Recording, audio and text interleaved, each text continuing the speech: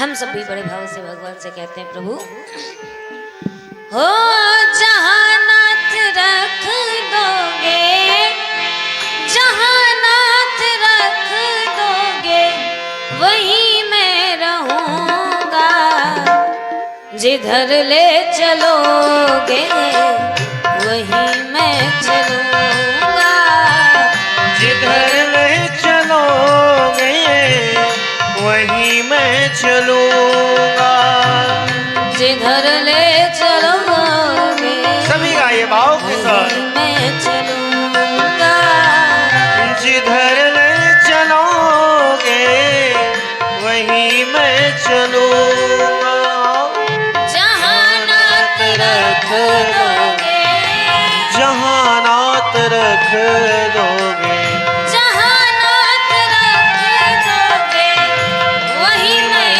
रहूँगा, जिधर ले चलोगे वहीं मैं चलूँगा, जिधर ले चलोगे वहीं मैं चलूँगा।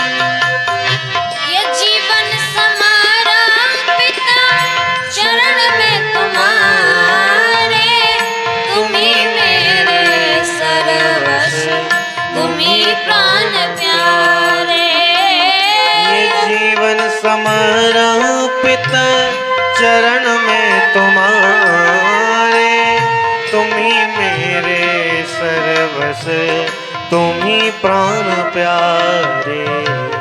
ये जीवन समारा पिता चरण में तुम्हारे, तुम्ही मेरे सर्वस्व, तुम्ही प्राण प्यारे, तुम्ही मेरे सर्वस्व, तुम्ही प्राण प्यारे।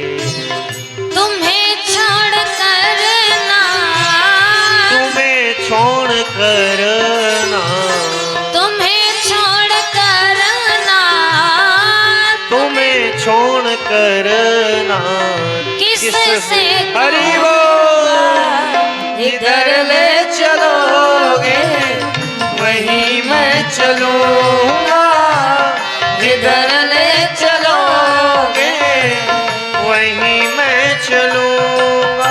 हाँ, जहाँ नाथ रख दोगे, जहाँ नाथ रख लोगे, जहाँ नाथ रख दोगे वहीं मैं रहूँगा, जिधर ले चलोगे वहीं मैं चलूँगा, जिधर ले चलोगे वहीं मैं चलूँगा, वहीं मैं चलूँगा, वहीं मैं चलूँगा।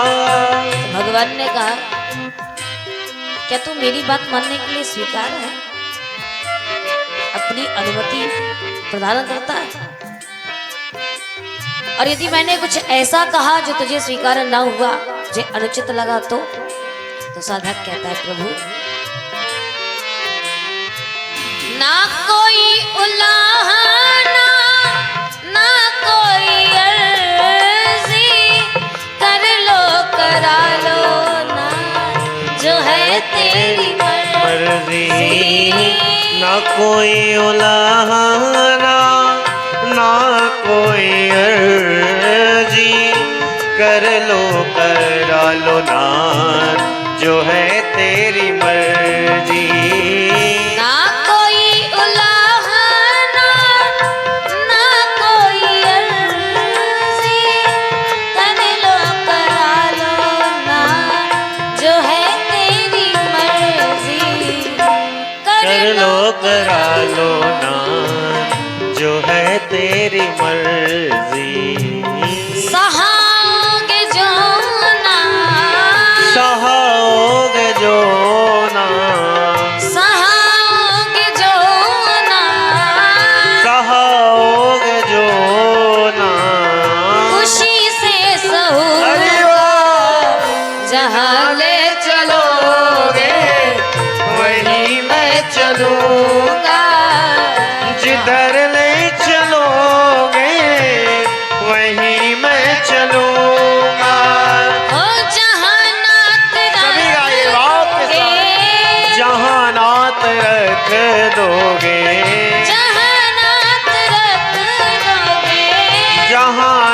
नात रख दोगे, खुशी से रहूंगा, जिधर ले चलोगे वहीं मैं चलूंगा, जिधर ले चलोगे वहीं मैं चलूंगा, जिधर ले चलोगे वहीं मैं चलूंगा, जिधर ले चलोगे वहीं मैं चलूंगा। ओ जहाँ नात रख दोगे, जहाँ नात रख दोगे, जहाँ नात रख दोगे, जहाँ नात रख दोगे वहीं मैं रहूंगा, जिधर ले चलोगे वहीं मैं चलूंगा, जिधर ले चलोगे वहीं मैं चलूंगा, मैं चलोगे वहीं मैं चलूंगा, जिधर ले चलोगे वहीं मैं चलूंगा, वहीं मैं चलूंगा, वहीं मैं चलूंगा, वहीं मैं चलूंगा। बोले राधा रमण लाल की जय, श्री व्यास जी महाराज की जय, सुखदेव भगवान की जय, श्री हनुमान जी महाराज की जय, जय जय श्री सीताराम।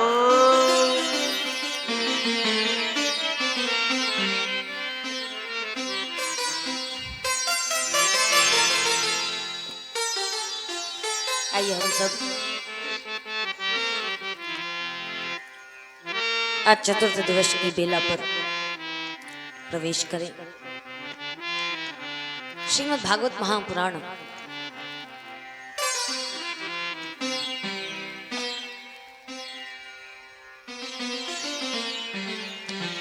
एक बार नारद जी महाराज ने भगवान से पूछा कि आप रहते कहाँ हैं?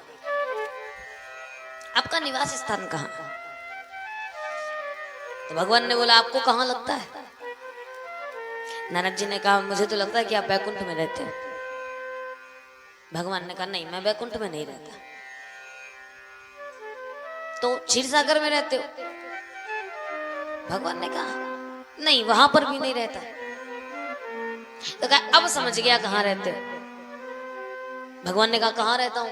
तो कहा आप योगियों के हृदय पर विराजमान रहते हो, वही आपका निवास स्थान है।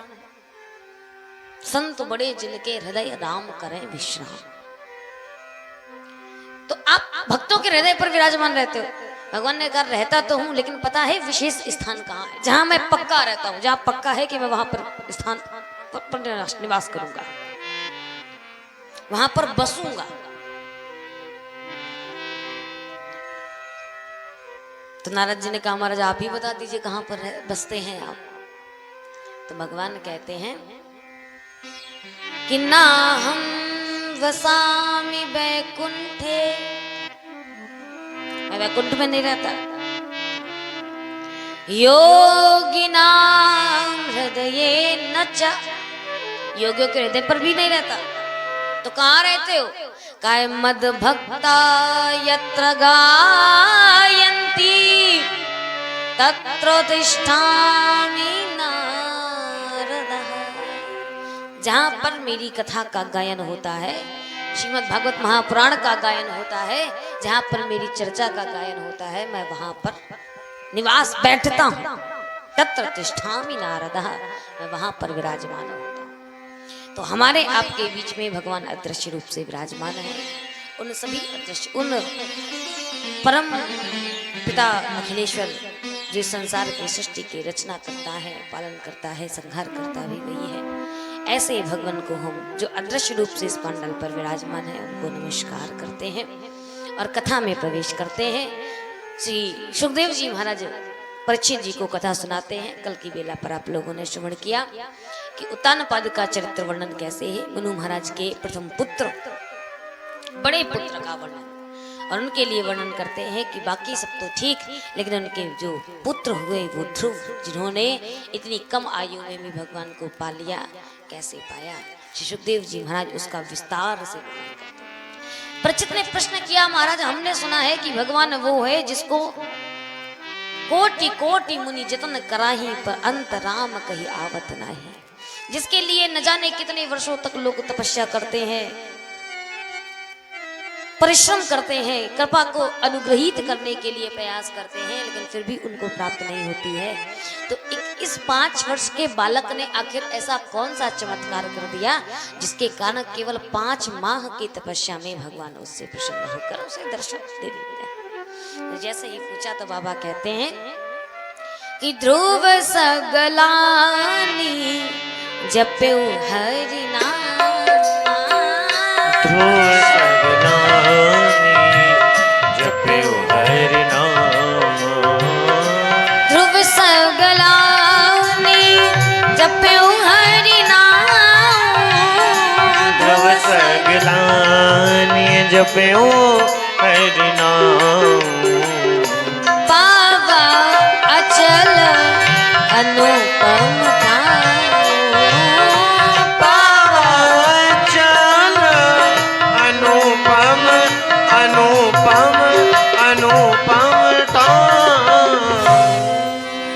भागवत का अध्ययन करते हो, उसका श्रवण करते हो, तो सुनने को मिलेगा कि भगवान अनेकों हजारों वर्ष के ऋषि मुनि जो हिमालय की चोटियों पर विराजमान होकर के एक पैर पर खड़े होकर भगवान की तपस्या करते हैं, पर फिर भी उन्हें भगवान की एक झलक नहीं मिलती। बहुत मेहनत लगती है भगवान को पाने में, लेकिन ध्रुव और प्रहलाद जैसे भक्तों ने केवल 5 माह की अवस्था में ही, 5 माह की परिश्रम में ही भगवान को पा लिया। कारण क्या हो सकता है? तो विगत दिनों में हम आप लोग यही श्रवण कर रहे हैं कि भगवान ये नहीं कहता कि मुझे आप तप से प्रसन्न करो, भगवान ये नहीं कहता कि आप मुझे जप से प्रसन्न करो, क्योंकि मुझे पता है कि कलयुग के प्राणी से ये हो भी नहीं पाएगा। किसी सज्जन पुरुष से कह दो कि माला लेकर के 2 घंटा जाप करो, और बस माला पकड़ा दी जाए, यहाँ पर इतने सब लोग बैठे हो, माला पकड़ा करके दे दी जाए, कर भगवान का नाम करो। तो भगवान का नाम जैसे ही जपना प्रारंभ करोगे, एक माला पूरी होगी नहीं, तैसे ही दिमाग भागेगा, कहेगा ये काम बचा है, वो काम बचा, वो काम बचा है, वो काम बचा है। सो ऐसा करते यहाँ बैठे बैठे फालतू माला जाप करना, इससे अच्छा वो काम निपटा जाता। ये मन बड़ा जल्दी भागता, और ऐसा भागेगा, ऐसा भागेगा, ऐसे ऐसे अर्जेंट काम याद आ जाएंगे कि फिर आप माला उठाकर देखोगे कितनी माला गुड़िया और बची हुई है, सो जल्दी जल्दी सरकाओगे, कब है खत्म। खाली बैठकर आप भगवान का जाप भी नहीं कर सकते,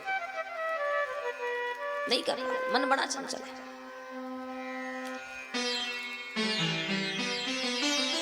तो भगवान को पाने के लिए आप सोचो कि हम जप कर ले, तप कर ले, यज्ञ हवन आदि कर ले, तो व्यक्ति इतना कंजूस है, इतना स्वार्थी है कि व्यक्ति आजकल कोई 10 रुपया भी देखता है तो ये भी देखता है कि फलाना पात्र है कि नहीं।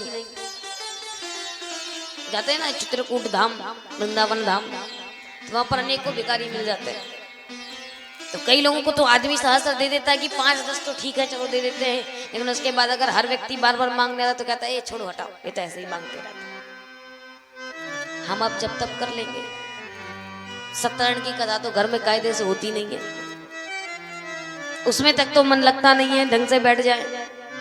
3 घंटे बैठने में तो 50 बार आसन बदलते हो, तो क्या जप तप आसन ये सब हो पाएगा? भगवान कहता है कि कलयुग में प्राणी, मुझको आवश्यकता भी नहीं है कि आप उससे ये सब करो, जब तक मक भागा ये सब छोड़ो, हटा। तो क्या करें? कहे बस एक काम कर लो, उसके द्वारा आप मुझे पा सकते हो, मुझे कौन पाएगा? और ये बात कोई कि विनंती नहीं है कि किसी व्यक्ति ने आकर के कह दी, ये स्वयं भगवान की वाणी है। और जो व्यक्ति जितना बड़ा होता है उसकी बात में भी उतना ही बड़ा वजन होता है। जैसे किसी बात को गांव का प्रधान कहे तो बताओ पूरे गांव का वजन होगा कि नहीं? उसको वो कोई भी बात कहेगा तो पूरे गांव को लेकर के कहेगा, और वही बात अगर जिलाध्यक्ष कहे, जिलाधिकारी कहे तो पूरे जिले का वजन होगा। वही बात अगर प्रदेश का मुख्यमंत्री कहे तो पूरे प्रदेश का वजन होगा, और उसी प्रकार से यही बात को अगर देश का प्रधानमंत्री कहे तो पूरे देश का वजन होगा। तो ये बात कौन कह रहा है? कहे वो परब्रह्म परात्मा अखिलेश्वर परम ब्रह्म परमात्मा जिसने इस संसार का सृजन किया, पालन करता और संहार करता भी वही है। वो कहता है कि मुझे कौन पा सकता है?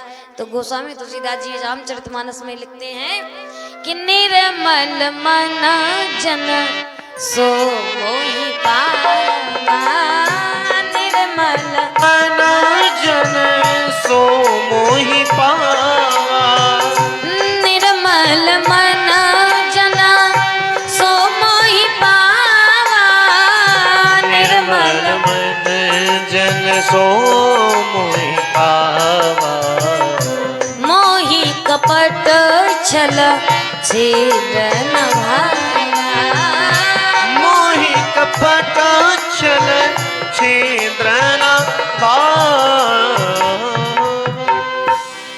मुझे कपट छल बिल्कुल भी प्यारा नहीं है, पसंद नहीं है। मुझे तो केवल निर्मल मन वाला व्यक्ति पसंद है। और निर्मल मन किसका होता है? बालकों को भगवान का रूप कहा जाता है। किस लिए कहा जाता है? क्योंकि उनकी बुद्धि एकदम स्वच्छ होती है, एकदम निर्मल होती है। उनके मन में कोई द्वेष भाव नहीं होता।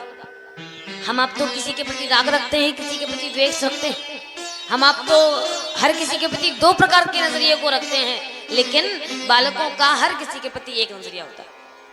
अभी माँ मार दे दो थप्पड़ तो तुरंत नाराज होकर के बैठ जाएगा। नाराज तो रहेगा कि माँ ने मार दिया, और मार करके बैठ जाएगा, लेकिन चैन भी नहीं पड़ेगी। 1 घंटा बीतेगा नहीं कि पुनः माँ के पीछे पीछे भागने लग जाएगा, क्योंकि उसका प्रेम है माँ से। ना तो उसे राग है ना द्वेष है। वो ये नहीं जानता कि मेरा अच्छा क्या है, मेरा बुरा क्या है, लेकिन इतना पता है कि मेरी माँ। तो इस प्रकार का भाव जब निर्मल शुद्ध मन आ जाता है, पवित्र मन आ जाता है, तो भगवान स्वतः ही चला आता है। अब आप ही बताओ, आजकल के जमाने में कुत्ता भी अगर बैठता है तो पहले पूंछ से अपनी जगह को साफ कर लेता है, फिर जाकर के उस पर बैठता है।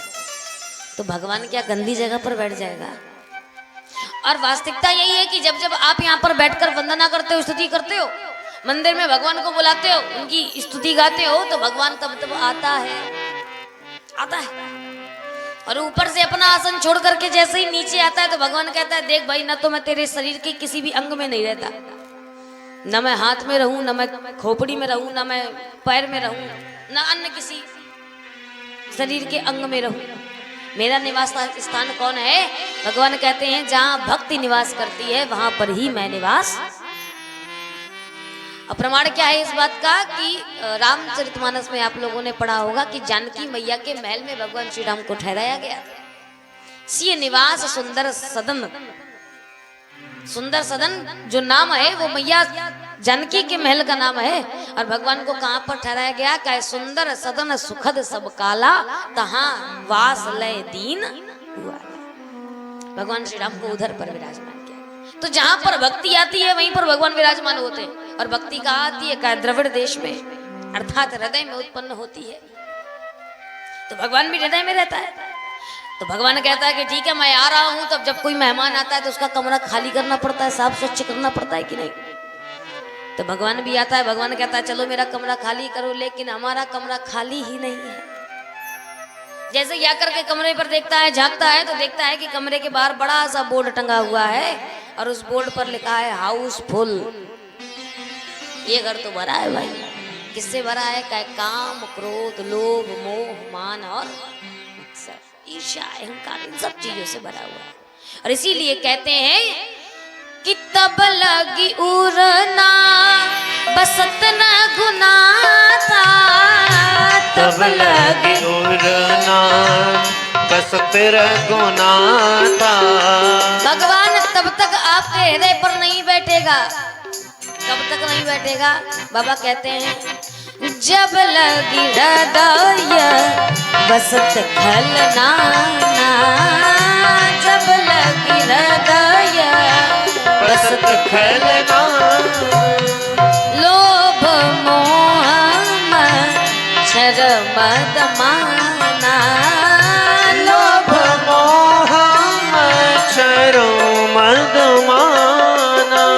तब लगी उड़ना बसत रघुना था, तब लगी उड़ना बसत रघुना था। धरे चा कटिवा चाप सायक कटवा। तब तक भगवान आपके हृदय पर विराजमान नहीं होगा जब तक ये हृदय का कमरा साफ नहीं होगा। इसलिए हृदय को साफ करना है तो पहले अपने मानस को साफ करिए, मन को चित्त को निर्मल बनाइए। और जब निर्मल चित्र ध्रुव की भांति हो जाएगा तो आपको भी 5 माह में भगवान के दर्शन। निर्मल मन की बहुत अद्भुत महिमा है प्यार। एक बड़ा सुंदर दृष्टांत मुझे याद आता है कि एक ब्राह्मण परिवार था। उस ब्राह्मण परिवार में एक बालक उत्पन्न हुआ, बड़ा पावन, बड़ा अच्छा बालक। जैसे ही बालक उत्पन्न हुआ सो अनेकों जातकरण संस्कार किए गए उसके। समय आया नामकरण संस्कार का। तो जैसे ही नामकरण संस्कार का समय आया तो ब्राह्मण देवता ने, उनके पिता ने उसका नाम भोला रखा। भोला नाम पड़ गया। अब वो भोला नाम का बालक धीरे धीरे करके बड़ा होने लगा। तो कहते हैं ना, जड़ चेतन गुण दोषमय विश्व की न करता। इस संसार में व्यक्ति के अंदर ये गुण है तो फिर दोष भी होंगे। और उस व्यक्ति के अंदर केवल एक ही दोष था, बाकी तो सब कुछ अच्छा, सब बढ़िया था, देखने सुनने में सुंदर, बुद्धि का तेज, सर्वगुण संपन्न था। लेकिन एक ही दोष था, क्या? कि वो खाता बहुत था। इतना खावा, इतना खावा, इतना खावा कि घर वाले परेशान, हे भगवान इसके लिए अनाज कहाँ से लाओ। और ये संयोग की बात होती है कि जो आदमी ज्यादा खाता है तो वो काम भी कम करता है। सो घर वालों के अंदर ये प्रवृत्ति और घुस जाती है, काम का नकाज का 2.5 सेर, क्या करे, इतना खावे। और खावे सो खावे, लेकिन पंक्तियों में बैठ जाए। घर में 5-6 व्यक्ति थे और वो 5-6 व्यक्ति खा करके उड़ जाए। लेकिन ये महाराज कहीं पर अगर पंगत लग जाए, भंडारा हो जाए तो निमंत्रण आए ब्राह्मण देवता का, सो ब्राह्मण देवता पहुंच जाए और पंक्तियां लगाए, पंक्तियां की पंक्तियां उठ करके खड़ी हो जाए। लेकिन ये महाराज खा ही रहे हैं। माता पिता बड़े परेशान एक संत के पास गए। संत से पूछे, महाराज बड़ी समस्या है, क्या बताए? बाकी सब तो ठीक, लेकिन ये बालक खाता बहुत है। तो संत ने कहा, भैया चिंता मत करो, इसका जितना खाता है ये उतना ही खाता। और जब खाते में से खाना खत्म हो जाएगा तो ये अपने आप खाना बंद। हमारे आपके खाते में लिखा है ना कि हम 3 रोटी दिन का खाएंगे, 4 रोटी दिन का खाएंगे। और यदि खाते में 4 रोटी ही लिखा है तो 4 ही खाओगे, 4 से एक और भी एक्स्ट्रा नहीं खाओगे। और जब 4 रोटी भी खाना बंद, दांत बाहर, तो फिर सतुआ घोर घोर पियो, खाता खत्म। तो जिसका जितना खाता है, इसीलिए उस खाते पर भरोसा रखो, चिंता मत करो। और अगर खाना लिखा है तो उसको उतना कहीं ना कहीं से मिल भी जाए। क्यों? क्योंकि मेरे मालिक के दरबार में सब लोगों का खाता। मेरे मालिक के दरबार में सब लोगों का खाता हो। मेरे मालिक के दरबार में सब लोगों का खाता। मेरे मालिक के दरबार में सब लोगों का खाता। ओ सब लोगों का खाता रे भैया, सब लोगों का खाता। सब लोगों का खाता रे भैया, सब लोगों का खाता। मेरे मालिक के दरबार में सब लोगों का खाता। मेरे दाता के दरबार में सब लोगों का खाता। कोई नहीं छूटा भैया। अगर सोच लो कि राजा छूट जाए, साधु महात्मा छूट जाए, तो साधक कहता है, क्या साधु क्या संत गृहस्थी, क्या राजा क्या रानी। क्या साधु क्या संत गृहस्थी, क्या राजा क्या रानी। क्या साधु क्या संत गृहस्थी, क्या राजा क्या रानी। क्या साधु क्या संत गृहस्थी, क्या राजा क्या रानी। उसकी पुस्तक में लिखी है हो, उसकी पुस्तक में लिखी है सबकी कर्म कहानी। हाँ सबके कर्म।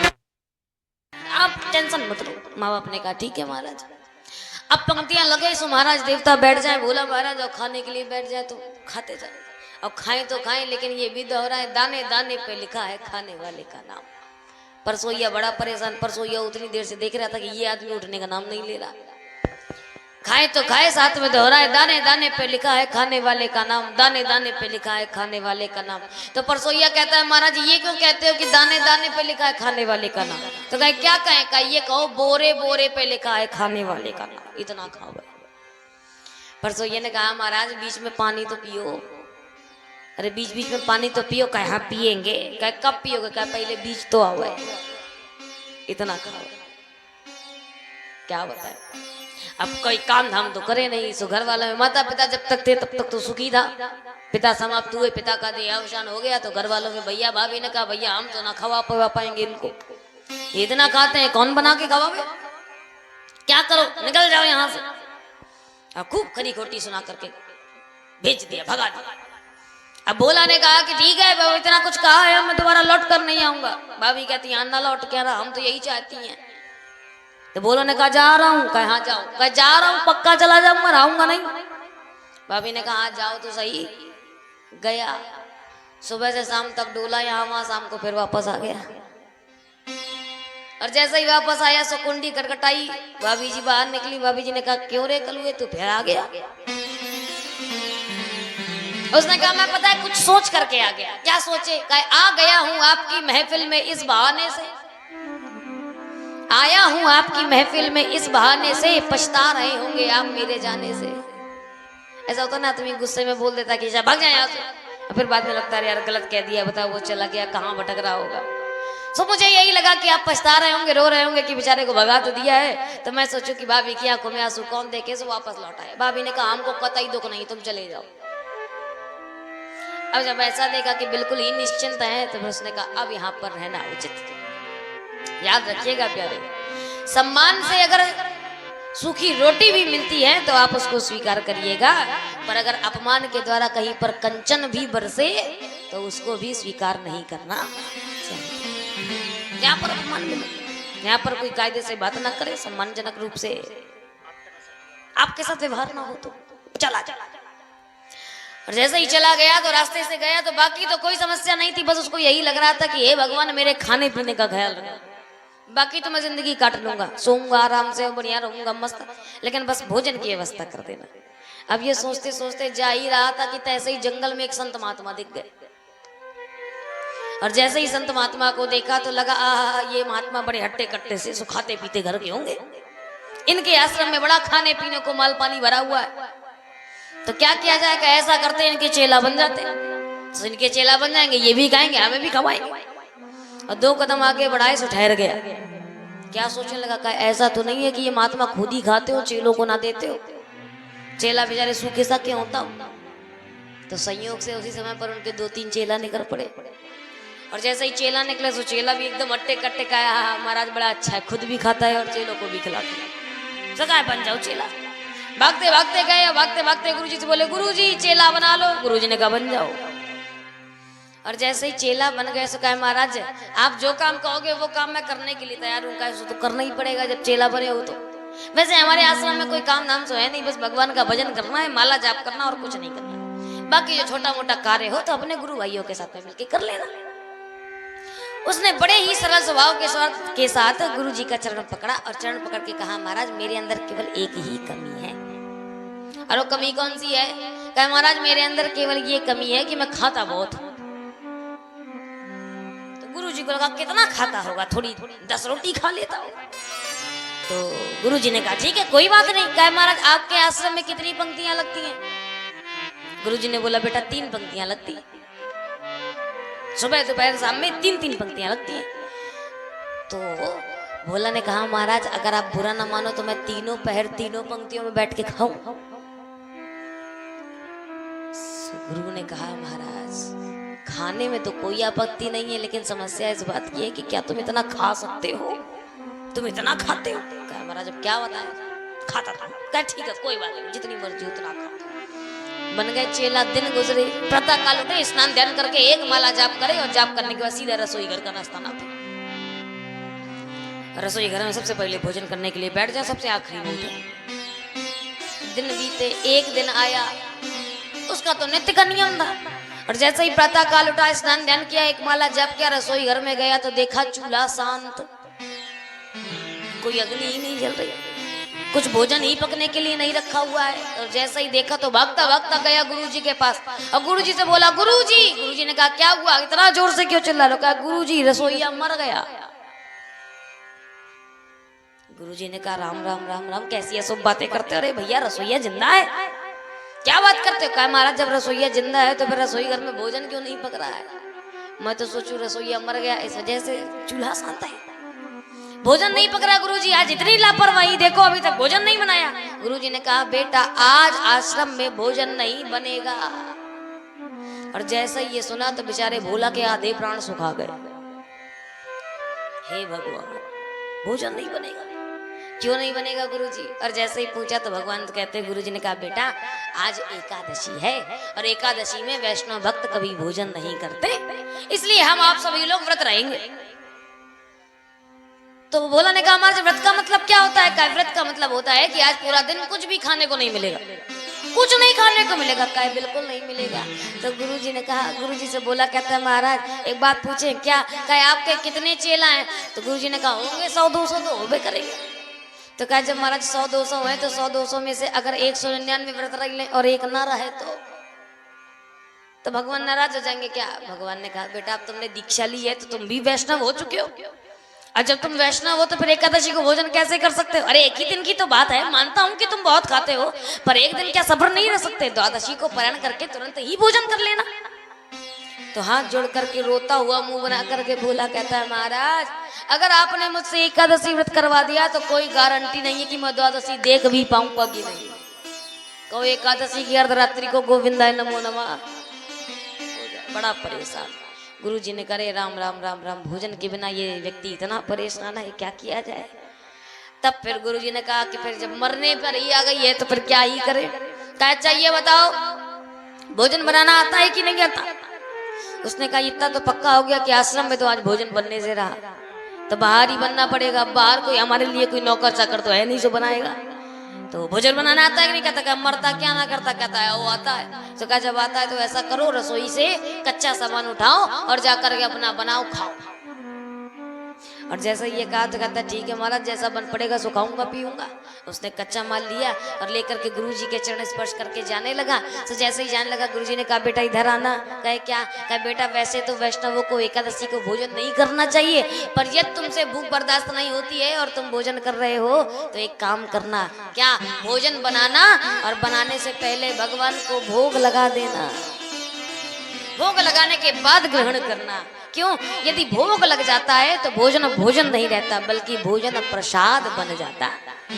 इसलिए कहते हैं कि चाहे वो वस्त्र हो चाहे भोजन हो कोई भी वस्तु हो, यदि आप भगवान को समर्पित करके ग्रहण करोगे तो वो प्रसाद होगा, सदैव लाभकारी ही होगा। इसीलिए मानस कहती है कि तुम ही निवेदित भोजन करही, तुम ही निवेदित भोजन करही, तुम ही निवेदित भोजन कराई, तुम ही निवेदित भोजन करही। प्रभु प्रसाद पट भूषण धरही, प्रभु प्रसाद पट भूषण धर। दे करके भोजन करो वो प्रसाद बन जाता है। तो पहले भगवान को भोग लगा लेना भक्त। और जैसे ही कहा तो भोला को लगा कि सच में भगवान नाम का एक व्यक्ति है तो उसको पहले खिलाना है और बाद में खुद खाता है। गया और नदिया के किनारे पर बढ़िया कच्चा सा चूल्हा बनाया, चूल्हा बना करके मोटे मोटे टिक्कड़ ठोके और टिक्कड़ बना करके उसमें बढ़िया घृत रखा, चोखा बनाया, गुड़ रखा। और जैसे ही घी गुड़ रख करके खाने ही वाला था, पहले से तो भूखा, ऊपर से स्वयं बनाना पड़ गया सो और भूख बढ़ गई। अब भोजन सामने व्यक्ति भूखा हो तो इंतजार कैसे, प्रतीक्षा कैसे करे? तो उसने उसी समय पर सोचा कि अब तुरंत खाने ही वाला था कि गुरुजी की बात याद आ गई कि पहले भगवान को भोग लगाना। और जैसे ही याद आई तो भगवान को हाथ जोड़ करके बुलाने लगा और भोग लगाने लगा। कहता है राजा राम आइए, प्रभु राम आइए, मेरे भोजन का भोग लगाइए। राजा राम आइए, प्रभु राम आइए,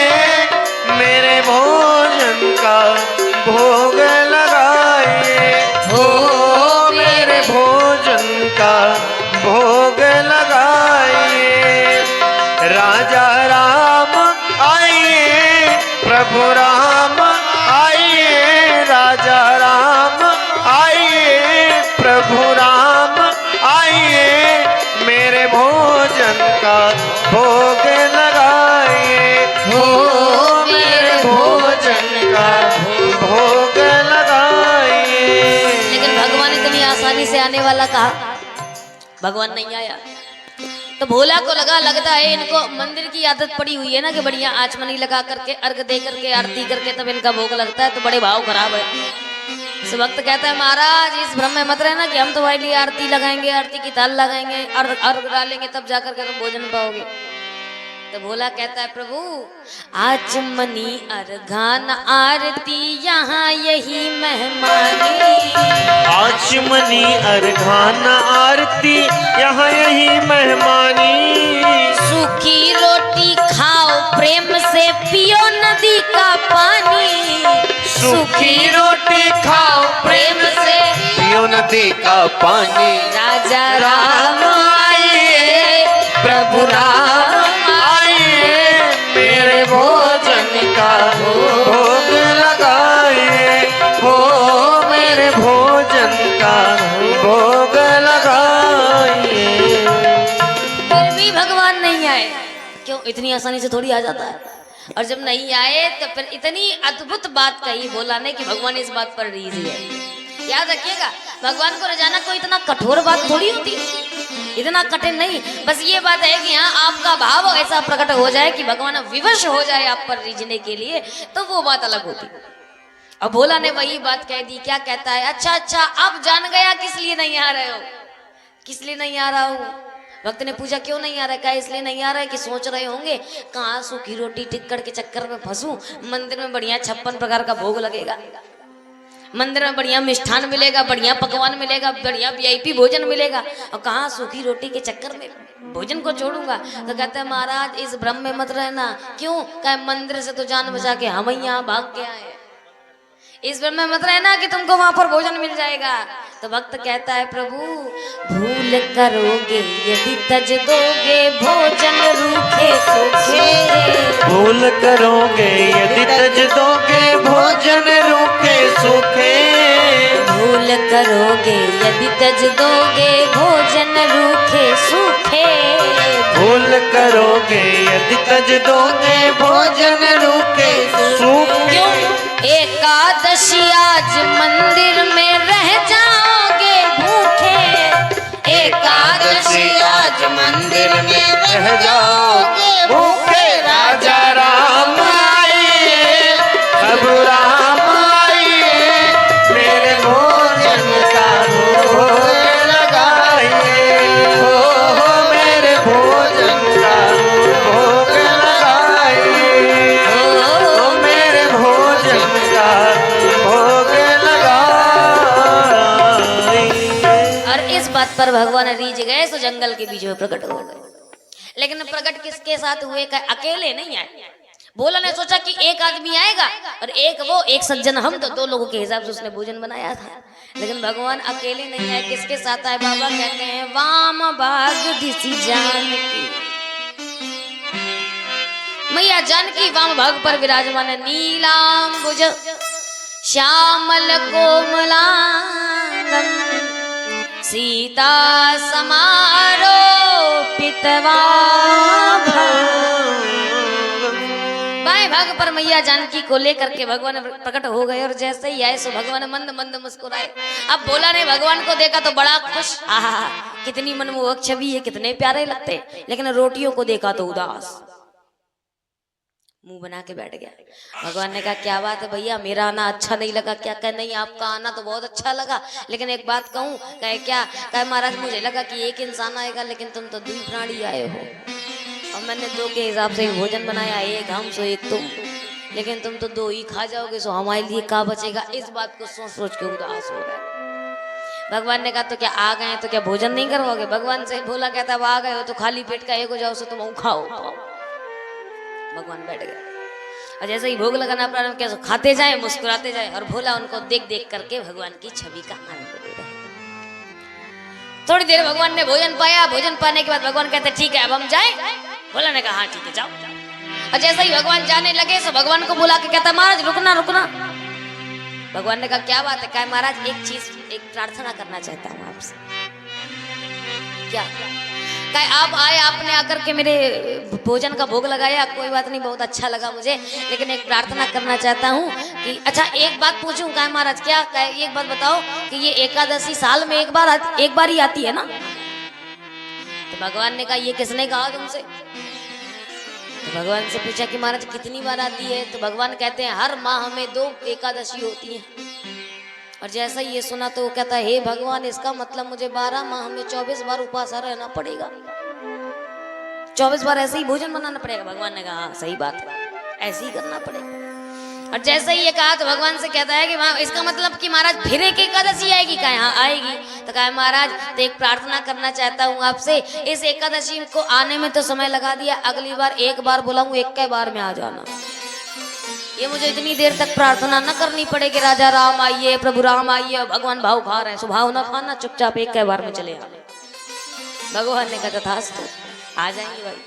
और मन करके अंतर्ध्यान होकर चले गए। जितना बचा कुचा सो उसने पाया, पा करके चला गया। अब उसको लगा कि हकीकत में भगवान आकर के भोग लगाते होंगे तो कोई आश्चर्य की बात है नहीं। गुरुजी से नहीं बताया। गुरुजी ने पूछा कि कहो भोजन अच्छे से किया कि नहीं?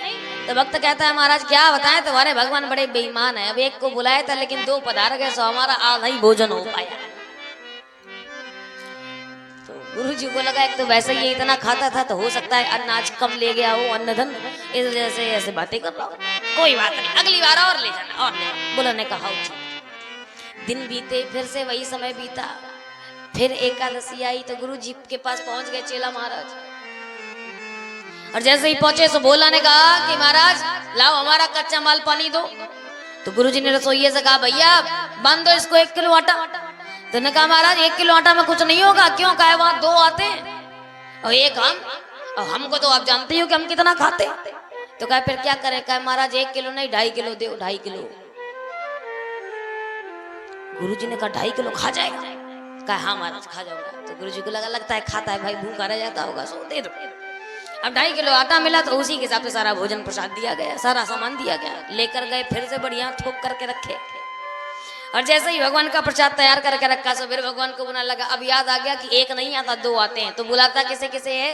सादा कहता है राजा राम आइए, सीता राम आइए, मेरे भोजन का भोग लगाइए, हो मेरे भोजन का भोग लगाइए। ओ राजा राम आइए, सीता राम आइए, राजा राम आइए, सीता राम आइए, मेरे भोजन का भोग लगाइए, हो मेरे भोजन का भोग लगाइए।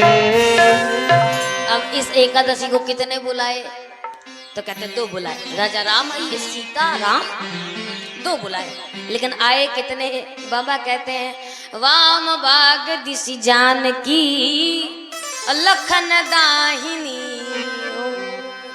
भगवान मैया जानकी को लेकर के आए, साथ में दाहिने भाग पर लक्ष्मण जी और चले आए। तो पहले भगवान को देखा तो बड़ा खुश, अब रोटियों को देखा फिर उदास। अब भगवान से कहता है प्रभु बुरा ना मानो तो एक बात कहूं? कहे क्या? कहा बाकी सब तो ठीक है, आप दिखने में भी बड़े अच्छे हो, स्वभाव भी बड़ा प्यारा है और बोलते भी बड़ा अच्छा हो, लेकिन एक कमी है आपके अंदर। क्या? कहे तुम बेईमान बहुत हो। भगवान से कहता है बेईमान बहुत हो। भगवान ने कहा भैया हमने क्या बेईमानी कर दी? क्या गजब आदमी हो, 1 को बुलाता हूँ 2 आते हो, और आज 2 को बुलाए तो 3 चले आए। तो भगवान ने कहा चलो आ गए तो क्या भोजन नहीं कराओगे? क्या नहीं कराएंगे, हमारी तो गांठी पर ही है तो तुमको खवाना ही पड़ेगा, तुमको खवाए बिना हम नहीं खा सकते। तो भगवान से पूछता है अच्छा महाराज एक बात पूछे? कहे क्या? कहे लक्ष्मण जी की तरफ इशारा कर कहता क्या महाराज ये आपके कौन है, ये कौन लगते हैं? तो राम जी ने कंधे पर हाथ रख कर कहा भाई है, भैया है, हमारे भाई छोटे भाई है। तो कहा महाराज ये आपके सगे भाई है कि ऐसे ही लगे लिपटे भय दूरदार के? लक्ष्मण जी ने कहा भैया इतनी भारी बेइज्जती हमारी। अरे राम जी ने कहा ये लगे लिपटे भाई क्या होता है? भाई भाई होता है, सगा भाई है हमारा, सगे भाई है। तो भगवान ने कहा कि बुरा, भगवान से बोला महाराज बुरा ना मानो सो एक बात कहे लक्ष्मण जी ने कहा इससे ज्यादा बुरा मानने वाली बात ही क्या हो सकती है कि भगवान के लिए तुमने हमको पराया कर दिया। भगवान ने कहा भक्त है सुन लो क्या कहना चाहता है। सो बोला से कुछ बोला ने कहा बुरा ना मानो एक बात कहें। भगवान ने कहा हाँ कहो। कहा महाराज एक बात कहें आपसे। भगवान ने कहा हाँ कहो। तो कहता है महाराज हमने ठाकुर जी के भोग का ठेका लेके रखा है कि उनके पूरे खानदान भरेगा, जो तुम इनको भी उठा के ले आए। लक्ष्मण जी ने कहा भैया इतनी बेइज्जती तो हमारी जनकपुर में भी नहीं हुई थी जितनी इसने खड़े खड़े कर दी। भगवान ने कहा तो क्या मतलब है कि खिलाओगे नहीं, भोजन नहीं कराओगे क्या? कहा नहीं, कहे नहीं खिलाऊंगा, बिल्कुल खिलाऊंगा। लक्ष्मण जी ने कहा भैया हमारी खाने की इच्छा खत्म। क्यों? कहा इसकी बातें ही खा के हमारा पेट भर गया, अब हमें भोजन नहीं करना। राम जी ने हाथ पकड़ के झटका दिया है भक्त है ये, भक्तों की बाड़ी।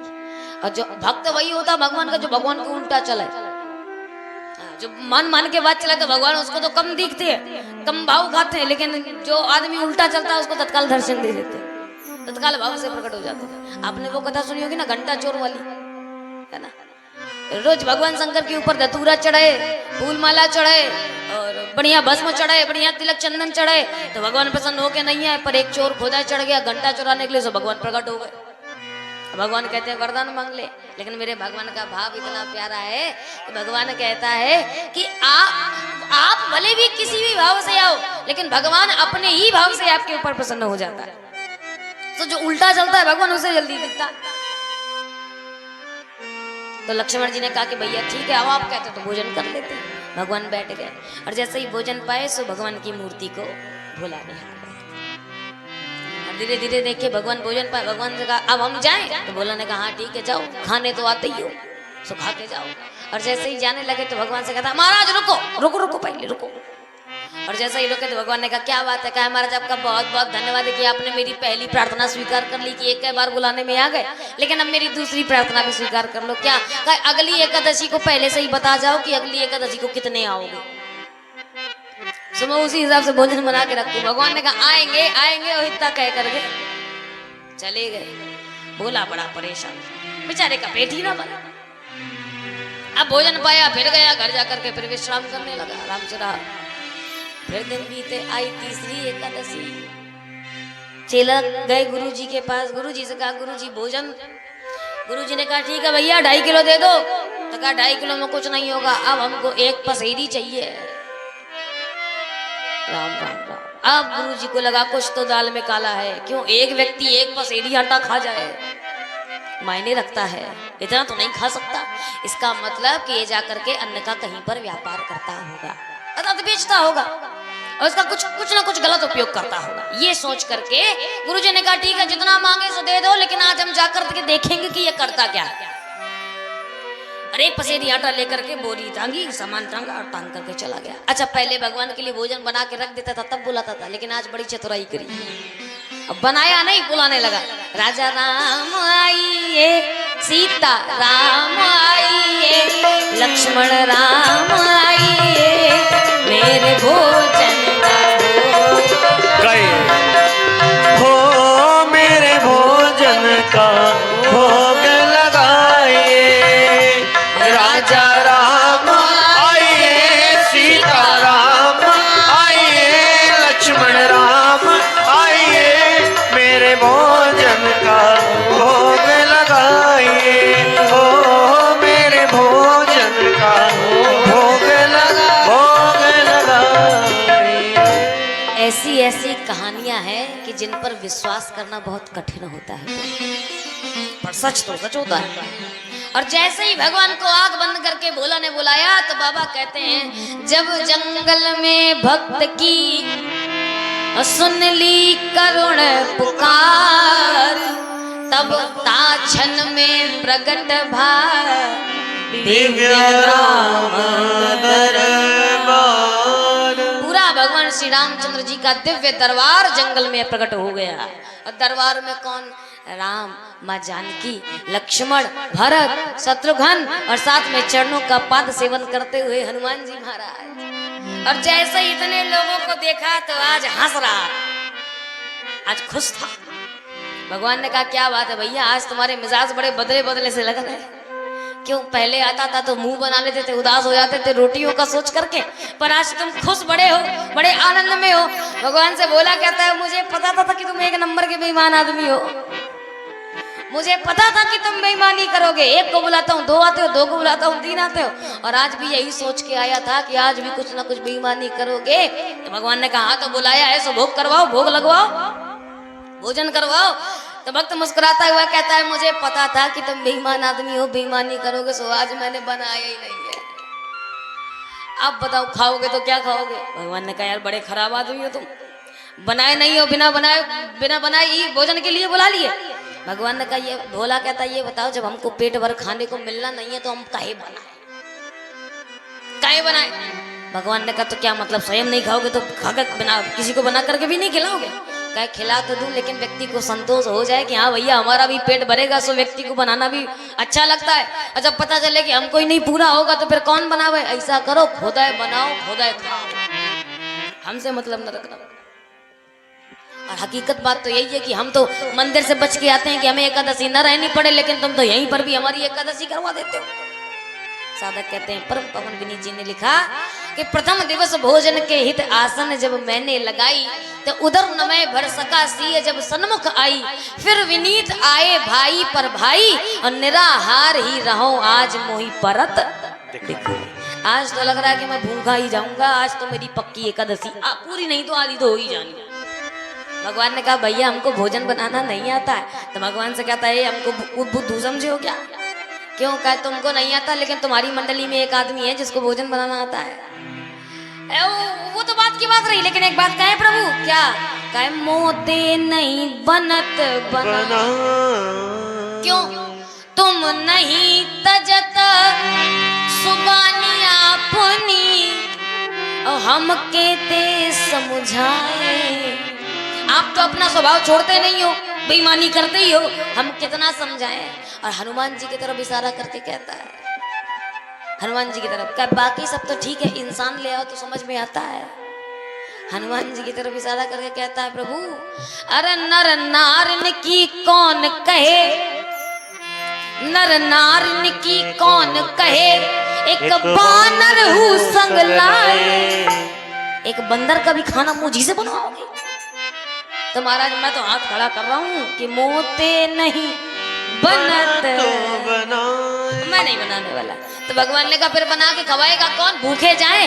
कहे नहीं, एक व्यक्ति है आपकी मंडली में जो आपको भोजन करा सकता है। कहे कौन? कहे जो पूरे विश्व का पेट भर दे, तो क्या आपका पेट नहीं भर पाएगा? ऐसा कौन है? भोला कहता है विश्व भरन पोषण कर जोई, विश्व भरन पोषण कर जोई, ताकर नाम भरत अस होई, ताकर नाम भरत अस होई, विश्व भरन पोषण कर जोई, विश्व भरन पोषण कर जोई, ताकर नाम भरत अस होई, ताकर नाम भरत अस होई। जो पूरे संसार का पेट भरेगा सो आपका भी पेट भर देगा। इसलिए भरत जी से कहो भोजन बनाए। राम जी ने कहा भैया जब काम पकड़ा दिया है तो पकड़ो काम और अपने अपने काम में लग जाओ। सो कौन भोजन बना रहा है? बड़ा पावन पद विनीत जी महाराज लिखते हैं और कहते हैं कि श्री भरत जी भंडारे बनाने लगे, श्री भरत जी भंडारे बनाने लगे, सुन के लकड़ी लखन लाने लगे, चुन के लकड़ी लखन लाल लाने लगे। और तो नहीं पूछते हैं पूछ से आंजनेय चौका को, और हाथों से पोता लगाने लगे, और हाथों से पोता लगाने लगे। श्री भरत जी भंडारे बनाने लगे, श्री भरत जी भंडारे बनाने लगे। भगवान ने बनाना प्रारंभ किया। भैया मैया जानकी निकाल लाओ, तुम क्या बनाओगे, हम ही सहायता करें। और जहाँ साक्षात जगत जननी मैया भोजन बना रही हो, तो जितने देवी देवता थे सब स्वर्ग से नीचे है, मैया थोड़ा प्रसाद हमें भी। सब आकर बैठ गई, ये घबराया का हे भगवान हमको तो खाने को मिल नहीं रहा था, सो ये ऊटा पका है, अब तो और ही नहीं मिलेगा, तो क्या करें, का भोजन देखेंगे सो भूख लगेगी, तो आंख बंद करके बैठ गया, न भोजन देखूंगा और न भूख, आंख बंद। अच्छा, आज गुरुजी ने कहा था कि आज जाकर के हम देखेंगे कि ये चेला करता क्या। सो गुरुजी एक वृक्ष के तना के पीछे छुपे हुए देखने में लगे थे, कर क्या रहा है। सो ये महाराज आंख बंद करे बैठे। गुरुजी ने कहा ना बना रहा है ना बेचने जा रहा है, कुछ तो करे। काफी समय हो गया तो गुरुजी निकले बाहर और आंख बंद करे हुए देखा तो गुरुजी ने कहा क्यों रे, भूख नहीं लगी है, भोजन नहीं बनाना। तो चेला ने कहा महाराज कहाँ से बनाए, तुम्हारे भगवान से बच पावे, सब तो हम खावे। गुरुजी ने कहा क्या बात करते हो, कहा देखो ना कैसे जुटे पड़े एकदम भिखमंगों की तरह, जैसे खाने को ही ना मिला। मेरे 5 ही पसेरी आटा में बिल्कुल 1 पसेरी आटा में बिल्कुल जान दिए। गुरुजी ने देखा, गुरुजी कहते बेटा सामान तो जैसा का तैसा रखा है, कहाँ भगवान है। और जैसे ये देखा सो गुरु भोला ने आंखें खोल के देखा, और आंखें खोली सो सामने भगवान देखे, मंद मंद मुस्कुराए। और जैसे ही भगवान को देखा मंद मंद मुस्कुराए। भगवान से पूछा क्यों महाराज हमको दिख रहे हो, भगवान हमारे गुरुजी को नहीं दिख रहे, क्या बात। भगवान ने कहा कि तुम्हारे गुरु को नहीं दिखूंगा, तुमको ही दिखूंगा, सिर्फ तुमको दिखूंगा। और जैसे ही ये सुना तो भोला की आंख से आंसू जल प्रपात होने लगा। और जैसे ही रोया भगवान ने कहा इस बात पे रो क्यों रहा है, तुझी को पर तो दिख रहा हूँ, तुझको तो दिख रहा हूँ ना। तो चेला ने सोचा कि महाराज मैं तो ये सोच सोच के रो रहा हूँ कि हर एकादशी को भोजन करके जाता था और गुरुजी से कहता था कि क्या बताऊँ आपके भगवान ने भोग लगा लिया, आपके भगवान आज इतना खा गए, आपके भगवान ने मुझे भोजन नहीं दिया। और आज यदि आप उनको नहीं दिखे तो मेरे गुरु को यही लगेगा कि मैंने तो झूठ बोला है अपने गुरु से, कि मैं कुछ ना कुछ और कार्य करता होऊंगा और भगवान का बहाना दे करके गुरुजी से असत्य भाषण करता रहा। और यदि आज नहीं दिखे तो फिर ये मेरे ऊपर कलंक लग जाएगा, ये सोच करके रो दिया। और जैसे ही रोया तो गुरुजी ने चुपचाप धीरे से पूछा भोला से कि भोला क्या कह रहे हैं भगवान, क्या कह रहे हैं। तो चेला ने कहा कि महाराज क्या बताऊं, बड़े बेईमान हैं, कह रहे हैं कि हमको तो दिखेंगे पर आपको नहीं दिखेंगे। तो गुरुजी ने पूछा पूछो तो क्यों नहीं दिखेंगे। तो भोला ने कहा महाराज ये बताओ क्यों नहीं दिखोगे, हमारे गुरुजी तो हमसे ज्यादा भजन आपका करते हैं, हमारे गुरुजी तो हमसे ज्यादा माला जाप आपका करते हैं, हमारे गुरुजी तो हमसे ज्यादा यज्ञ तप ध्यान आपका करते हैं। और इतना ही नहीं हमारे गुरुजी तो ब्रह्म मुहूर्त की बेला पर उठ करके आपका मंगल गान करते हैं। और इतना ही नहीं हमारे गुरुजी तो आपके लिए एकादशी व्रत भी रहते हैं, हमसे तो भूखा भी नहीं रह जाता। पर आप हमको दिख रहे हैं, गुरुजी को नहीं दिख रहे, कारण क्या, हर मामले में हमारे गुरुजी हमसे आगे। और जैसे ये सुना तो बोला के उत्तर दिया भगवान ने। भगवान कहते हैं भैया भले ही जब तक में भगवान तुम्हारे गुरुजी आगे हो, लेकिन जैसा तुम्हारा मन है वैसा निर्मल मन तुम्हारे गुरु का नहीं है, और इसी कारण से मैं तुम्हारे गुरु को नहीं दिखूं। बोला ने सारी बात अपने गुरु को बताई। और जैसे ही ये सुना तो गुरु के भी आंख से अश्रुप्रपात होने लगा। और जैसे ही रोए तो गुरु जी चरणों में गिर गए, भोला के शिष्य के चरणों में, और गिर करके बोले बेटा मुझसे बहुत बड़ी गलती हो गई कि मैंने तुझे अपना चेला बना दिया।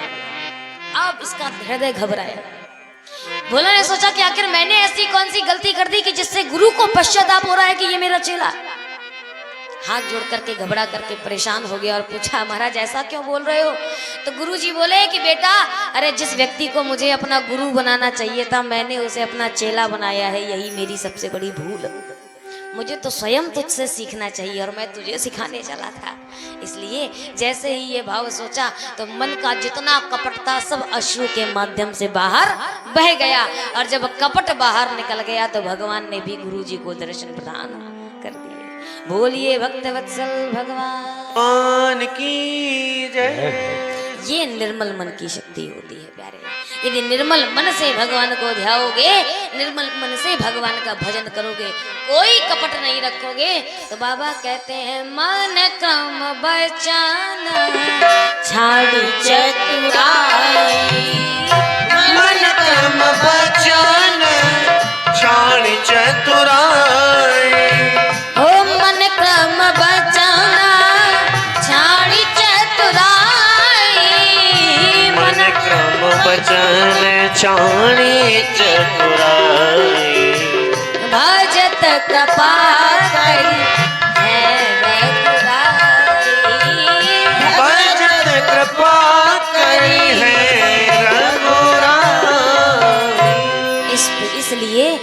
कुछ स्वच्छ रखो या ना रखो, पर अपने मन को अवश्य निर्मल बनाइए। और ध्रुव का मन ही निर्मल है, बाल स्वरूप है ना, और बालक का निर्मल एकदम स्वच्छ निर्मल मन होता है। तो उसकी कथा विस्तार से वर्णन करते हुए परीक्षित जी महाराज से सुखदेव जी महाराज कहते हैं कि उत्तानपाद नाम के राजा थे, जिनकी 2 पत्नियां थी। एक का नाम था सुरुचि और एक का नाम था सुनीति। सुनीति बड़ी पत्नी थी, सबसे प्रथम विवाहिता थी, और सुरुचि बालिकी थी। क्यों? क्योंकि सुनीति के गर्भ से कोई बालक उत्पन्न नहीं हो रहा था, तो सुनीति ने स्वयं भगवान उत्तानपाद से कहा कि महाराज आप दूसरा विवाह कर लीजिए, जिससे कि वंश परंपरा नष्ट ना हो। तो ये सुनकर के उत्तानपाद ने अपनी बड़ी पत्नी के कहने से विवाह किया। तो सुरुचि को पसंद करके लाए, और जैसे ही सुरुचि को लाए तो इतनी पत्नी व्रता, इतनी अच्छी नारी थी कि दूसरा विवाह होने के बावजूद भी द्वार पर आरती की थाल लेकर के खड़ी हुई कि ऐसी देवी का मैं आरती पूजन करूंगी जो मेरे वंश को, मेरे पति के वंश को बढ़ावा देगी। और आरती करने के लिए जैसे ही सम्मुख खड़ी हुई तो सुरुचि ने प्रश्न किया उत्तानपाद से कि महाराज ये देवी कौन है? उत्तानपाद ने कहा ये हमारी पहली पत्नी है, जिनका नाम सुनीति है, ये आपकी बड़ी बहन समान है। और जैसे ये कहा तो सुरुचि का मन बिगड़ गया। सुरुचि ने कहा कि महाराज, अब सुरुचि ने मन सोचा कि यदि इनके गर्भ से कोई बालक उत्पन्न हो गया तो सारी संपत्ति का मालिक तो इनका ही पुत्र बन जाएगा, फिर मेरे पुत्र को तो कोई अधिकार ही प्राप्त नहीं होगा। इसके लिए अपने पुत्र को यदि अधिकार देना है तो फिर कुछ ना कुछ तो करना पड़ेगा। और ये सोच करके सुरुचि ने कहा कि महाराज मैं तब तक आपकी दहलीज पर कदम नहीं रखूंगी जब तक ये बाहर नहीं निकल जाती। इनको घर से बाहर करो, सो मैं आपके घर में प्रवेश करूंगी, अन्यथा मैं यहीं से अपने मायके जा रही। अब असमंजस में पड़ गए उत्तानपाद। तो सुनीति ने उस असमंजस को समाप्त किया, आरती की थाल रखी और रख करके अपना बोरिया बिस्तर बांधा और घर से निकली। अब सुरुचि आनंद के साथ में रहती थी। एक समय दैव योग से शिकार खेलने के लिए उत्तानपाद बाहर निकले, और जैसे ही बाहर निकले तो भयंकर मूसलाधार वर्षा हुई, जिसको देख करके जंगल में ही एक झोपड़ी में जाकर के रह गए, विश्राम किया। और जैसे ही झोपड़ी के भीतर घुसे तो संयोग से वो झोपड़ी मैया सुनीति की ही थी। अब उनके भी बालक नहीं हो रहा था, तो रात्रि का समय था, घनघोर वर्षा हुई, मौसम बना, तो वहीं पर रात्रि में इन्होंने उनके साथ संभोग किया। प्रातः काल होते ही अपने महल को वापस लौट आए। उसके द्वारा, उसके परिणाम स्वरूप मैया सुनीति ने गर्भ धारण कर लिया। मैया सुनीति के गर्भ में एक बालक आ गया, उधर मैया सुरुचि के गर्भ में भी एक बालक आ गया। दोनों के गर्भ में बालक थे। समय पाकर के 9 माह पूरे हुए और मैया सुनीति के गर्भ से ध्रुव उत्पन्न हुए और मैया सुरुचि के गर्भ से उत्तम उत्पन्न। दोनों बालक हुए, धीरे धीरे करके बड़े हुए, और जब 5 वर्ष की आयु हो गई तो सुनीति मैया ने इतना अच्छा ज्ञान दिया अपने पुत्र को कि सर्वगुण संपन्न बनाया, सारी कलाओं से युक्त बनाया। एक दिन सारे जितने भी बालक थे सब आपस में खेल रहे थे, और ध्रुव बात छिड़ी, और बात छिड़ते छिड़ते पिता तक बात पहुंची। तो जैसे ही पिता तक बात पहुंची तो उन्होंने पूछा, तो सबने कहा कि, उसने कहा, ध्रुव ने कहा कि मुझे तो पता ही नहीं महाराज कि मेरा पिता कौन है, मैं तो जानता ही नहीं, क्योंकि सुनीति मैया ने कभी इस बात का जिक्र ही नहीं किया था कि मेरा पिता कौन ही हो सकता है। और जैसे ही ये पूछा तो ध्रुव को तो नहीं पता था, पर भक्तों ने कहा, जितने दोस्त थे, मित्र थे, उन सब ने कहा महाराज तुम्हारा पिता तो बहुत बड़ा आदमी है, बहुत बड़ा प्राणी है। क्यों? कहा हमारे पूरे राज्य का महाराजा है, और वही महाराजा है जो संसार में सारे हम लोगों को भी पालन पोषण करता है। हमारे पिता तो उनके नीचे काम करते हैं, लेकिन आपके पिता जो है वो चक्रवर्ती महाराज उत्तानपाद है, वही आप